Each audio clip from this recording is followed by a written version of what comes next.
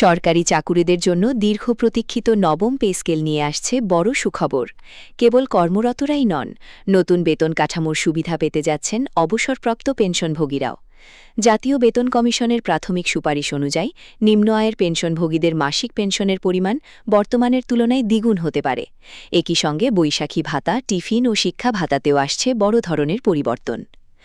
দেশের বর্তমান অর্থনৈতিক পরিস্থিতি ও উচ্চ মূল্যস্ফীতির চাপ বিবেচনায় নিয়ে ৩ ধাপে এই পে স্কেল বাস্তবায়নের পরিকল্পনা করছে সরকার।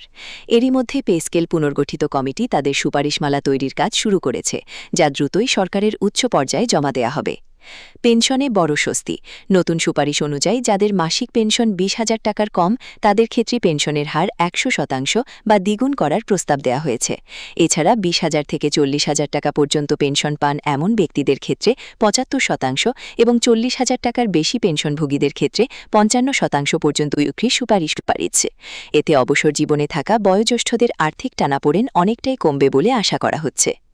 বাড়ছে ভাতার পরিমাণ।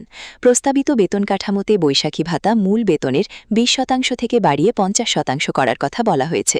এছাড়া ১১ থেকে ২০তম গ্রেডের কর্মচারীদের জন্য বরাদ্দকৃত মাসিক ২০০ টাকার টিফিন ভাতা বাড়িয়ে ১,০০০ টাকা করার সুপারিশ এসেছে। সন্তানদের শিক্ষা ভাতার ক্ষেত্রেও মাসিক ১,৫০০ টাকা থেকে বাড়িয়ে ২,০০০ টাকা করার প্রস্তাব দেওয়া হয়েছে। বাস্তবায়ন প্রক্রিয়া।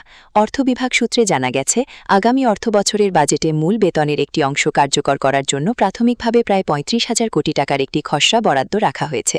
তবে পূর্ণাঙ্গ ভাতাগুলো ২০২৮-২৯ অর্থবছরের আগে পুরোপুরি কার্যকর হওয়ার সম্ভাবনা কম।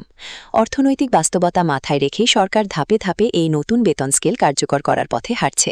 বাস্তবায়ন প্রক্রিয়া। অর্থ বিভাগ সূত্রে জানা গেছে, আগামী অর্থবছরের বাজেটে মূল বেতনের একটি অংশ কার্যকর করার জন্য প্রাথমিকভাবে প্রায় ৩৫,০০০ কোটি টাকার একটি খসড়া বরাদ্দ রাখা হয়েছে।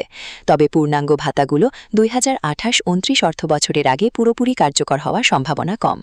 অর্থনৈতিক বাস্তবতা মাথায় রেখেই সরকার ধাপে ধাপে এই নতুন বেতন স্কেল কার্যকর করার পথে হাঁটছে। এর আগে গত ২৭ জুলাই ২০২৫ তারিখে বাংলাদেশের অন্তর্বর্তীকালীন সরকার কর্তৃক গঠিত হয় নবম জাতীয় বেতন কমিশন ২০২৫। ২২ সদস্য বিশিষ্ট এই কমিশনের প্রধান করা হয় সাবেক অর্থসচিব জাকির আহমেদকে এবং সেই অনুযায়ী প্রজ্ঞাপনও জারি করা হয়েছিল। নবম জাতীয় বেতন কমিশন ২০২৫-এর চূড়ান্ত প্রতিবেদন গত ২১ জানুয়ারি ২০২৬ তারিখে প্রধান উপদেষ্টার কাছে জমা দেওয়া হয়েছিল। প্রস্তাবিত নতুন পে স্কেলে সর্বনিম্ন বেতন ২০,০০০ টাকা, যা বর্তমানে ৮,৫০০ টাকা, এবং সর্বোচ্চ বেতন ১,৬০,০০০ টাকা করার সুপারিশ করা হয়েছিল, যেখানে ১০০% থেকে ১৪৭% পর্যন্ত বেতন বৃদ্ধির প্রস্তাব করা হয়েছে। এই কাঠামোতে বেতন অনুপাত ১:৮ করার প্রস্তাব রয়েছে, যা আগের তুলনায় উল্লেখযোগ্য হারে বৃদ্ধি করার প্রস্তাব করা হয়েছে। নিউজ সূত্র সোনালী নিউজ।